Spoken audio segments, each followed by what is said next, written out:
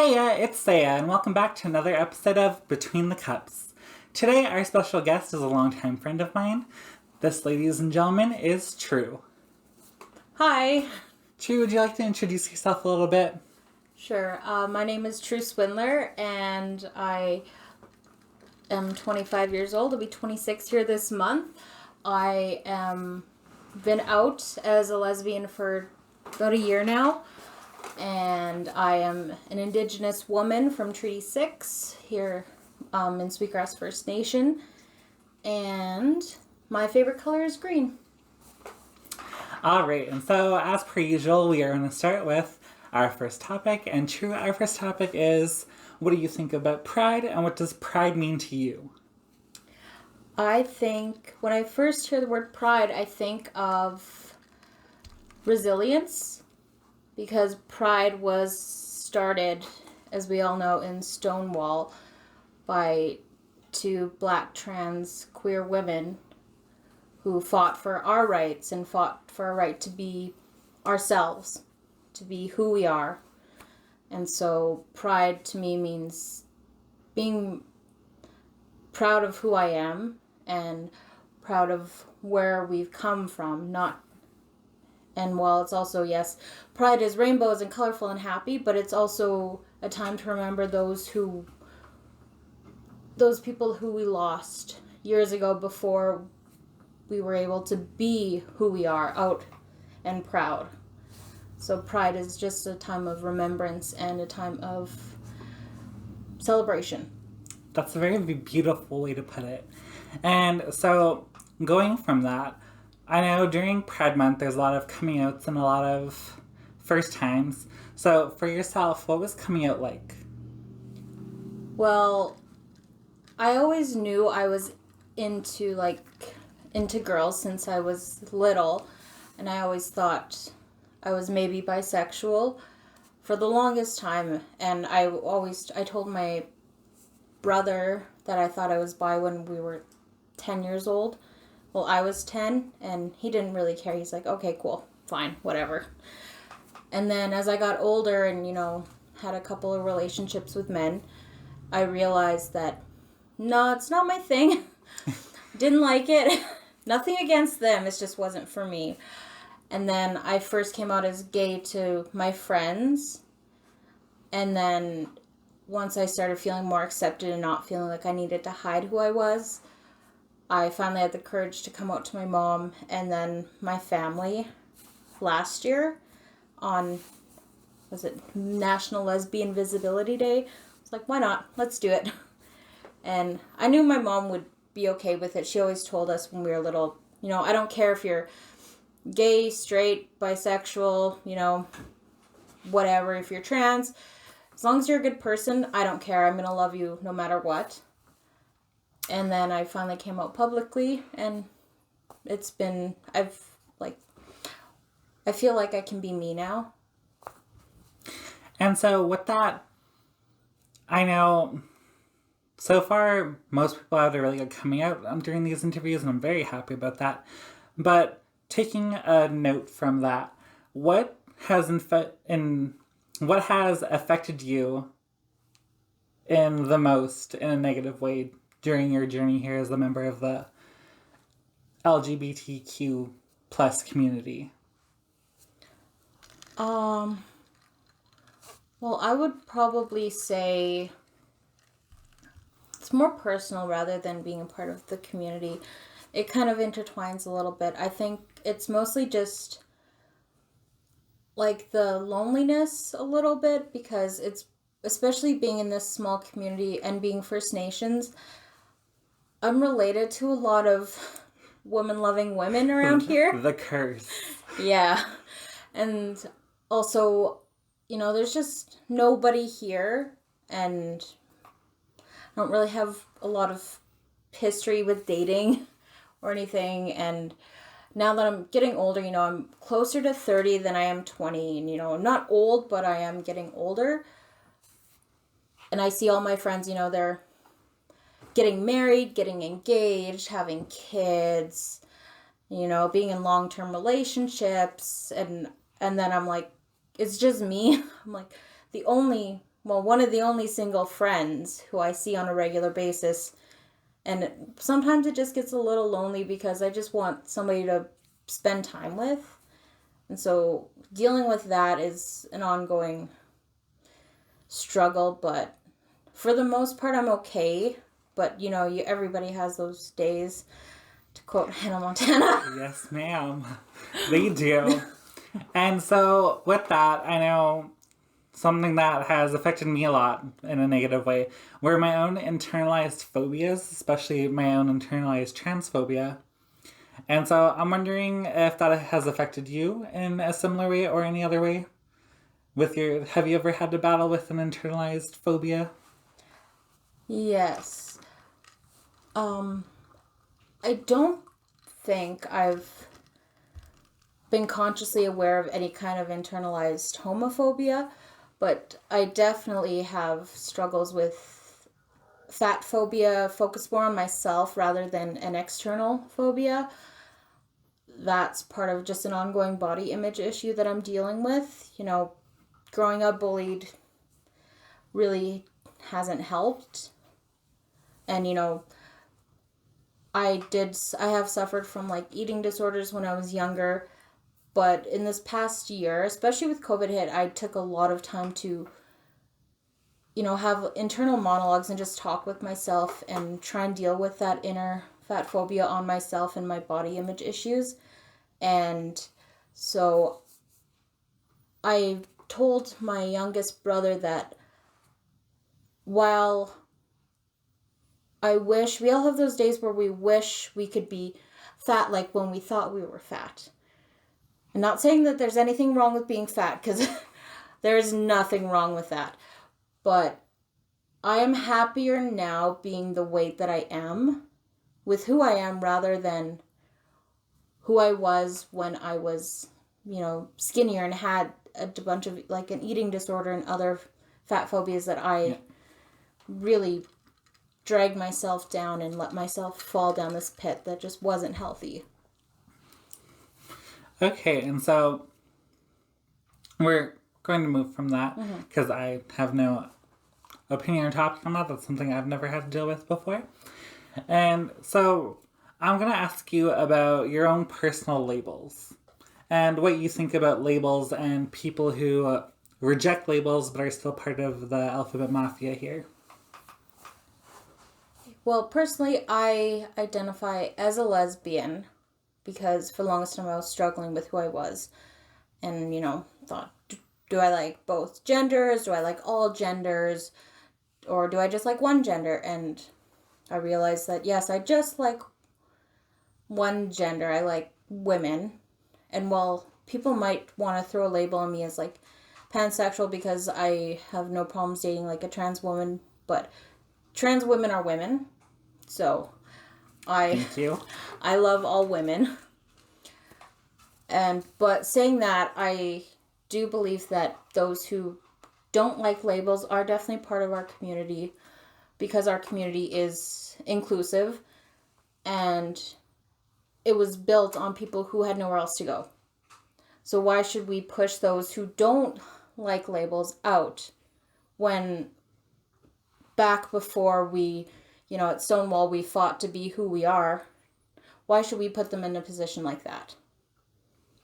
And I find, especially lately, more to this day than present, a lot of people end up accidentally clinging to labels because in society a lot, it's often kind of a pressure that you feel. Because, like, if you don't know what to tell someone when they ask you a certain question, it's kind of a terrifying moment to have because then you don't know what's going to happen. Because, like, when I first started transitioning, I only see myself as a trans woman, female to male. And then now I'm more on the non-binary scale, so I introduce myself as trans femme. And, of course, people ask questions right away, and it kind of gets into terrifying topics because you never know how whoever you're talking to is going to perceive it. And so I find that labels in themselves are totally dependent on an individual person. Yes. on whether or not you accept them or not. Because if you're fine without using a label because you know exactly who you are and how you define yourself, or you don't want to define yourself, I don't see any type of problem with that. Because it's just a sense of identity, really. And labels only help with, I find, especially for myself, because I've changed labels a lot. I was bisexual once, I'm pansexual now. I was asexual, I was demisexual for a while, but now I stick with pansexual because it's a label I'm comfortable with. I find that certain people who stick to labels so much, it's because it gives like a sense of comfort. Yeah. In a way. And so how is that for you? Like how do you feel about labeling yourself? Personally, I'm comfortable with labeling myself as a lesbian because that's just, like you said, it is comforting, and I don't view myself as outside of the lesbian box, and there's nothing wrong with being outside of that box either. But that's just who I am. I am like a lesbian. I love women. And so we're going to move on from this topic again because I think we've touched enough on it. And so we're going to hop into what had the greatest impact on your mental health positively. Would you like to share any stories or instances that have really boosted your mental health since you've started your journey as a member of the LGBTQ plus community? Yeah. I was diagnosed with major depression disorder when I was 16. And so dealing with that has been an ongoing journey my entire life. And then dealing with my sexuality didn't help either. But now that I'm fully out, with depression, it's an everyday battle, but I am much happier, and I actually have way more good days than I do bad. I can't remember the last time I had a bad day, which is saying something because I used to have, every day was a bad day, but now it's just, I wake up and I can actually get out of bed instead of just laying there and have no energy. Now I can do things, I'm ready to see people and, have fun and be more active in the community and actually be able to look forward going to work. And I just feel free. And so with that sense of freedom, has there ever been any specific instances that have gave you a sense of positivity? Like, I know for myself, before I came out as trans, I did a drag show with our good friend Tanner. And that entire night was a sense of gender euphoria for me. And it just kind of solidified that that's how I wanted to be and present. And so, have you had any kind of moments like that, euphoric or otherwise? Probably more smaller incidents because I'm a movie buff, so a lot of incidents with movies and with, in the lesbian community where I see, good, healthy relationship in, a handful of movies. And, or when I would see a beautiful girl or a woman and I've had a few incidents, aha moments when I was younger, growing up and watching movies and looking back on the characters I would associate myself with or focus in on. And now I realize, oh,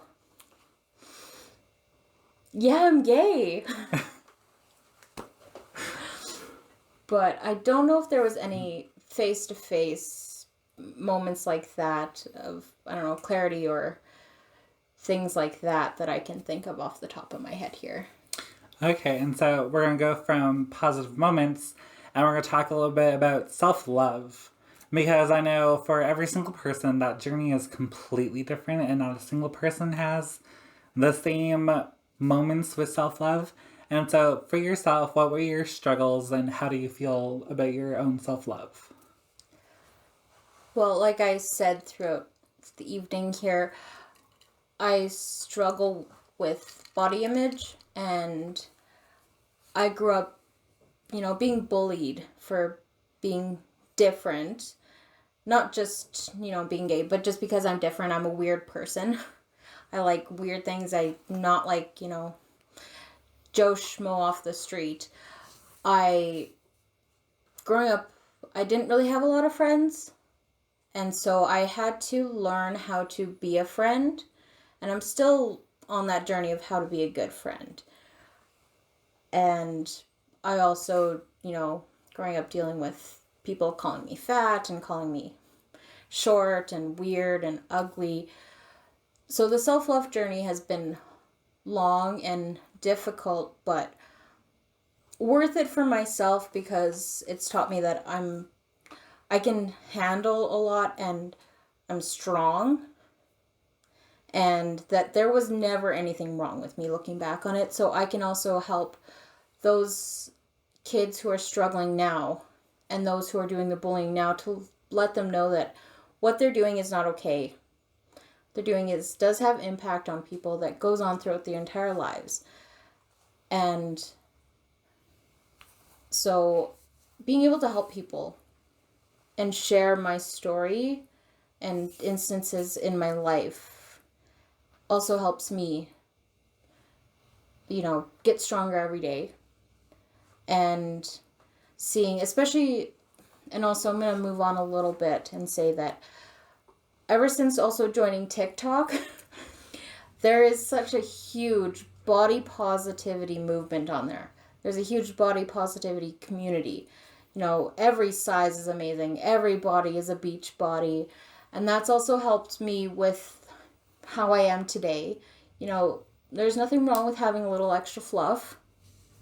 It just means there's more of you to love. And I try and, show that to other people, especially family members and my friends' kids. Let them know that it doesn't matter what size you are, you're beautiful, you're valid, and you belong in this community wherever you are. Exactly. Hot girl summer is for everybody. Yes. That's what I'm planning. That's what I'm trying to get at is hot girl summer.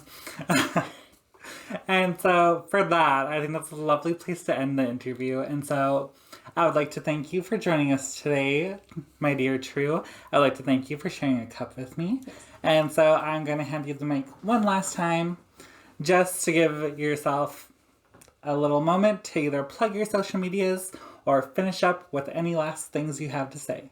Okay. Well, thank you for having me. It was really, I was just going to go with just glasses that I don't even have on. It was really fun to do this interview. Something I've never done before, so it was a lot of fun. And if you want to follow me on TikTok, it's True Whimsical, TrueWhimsical. Follow me on there. Same handle for Instagram, but I don't post very often on TikTok yet, but I will. And I just want to say, love yourself and stay Canadian. Eat your poutine, because, every body is a summer body. And so, my honored guests, I would like to thank those of you who stayed and finished the video. I would like to thank anyone that's clicked the video, stayed for a little while, left. To anybody that has enjoyed a cup with me and my darling guest, True, thank you so much. Pinkies up. Have a great night. Don't forget to like and subscribe.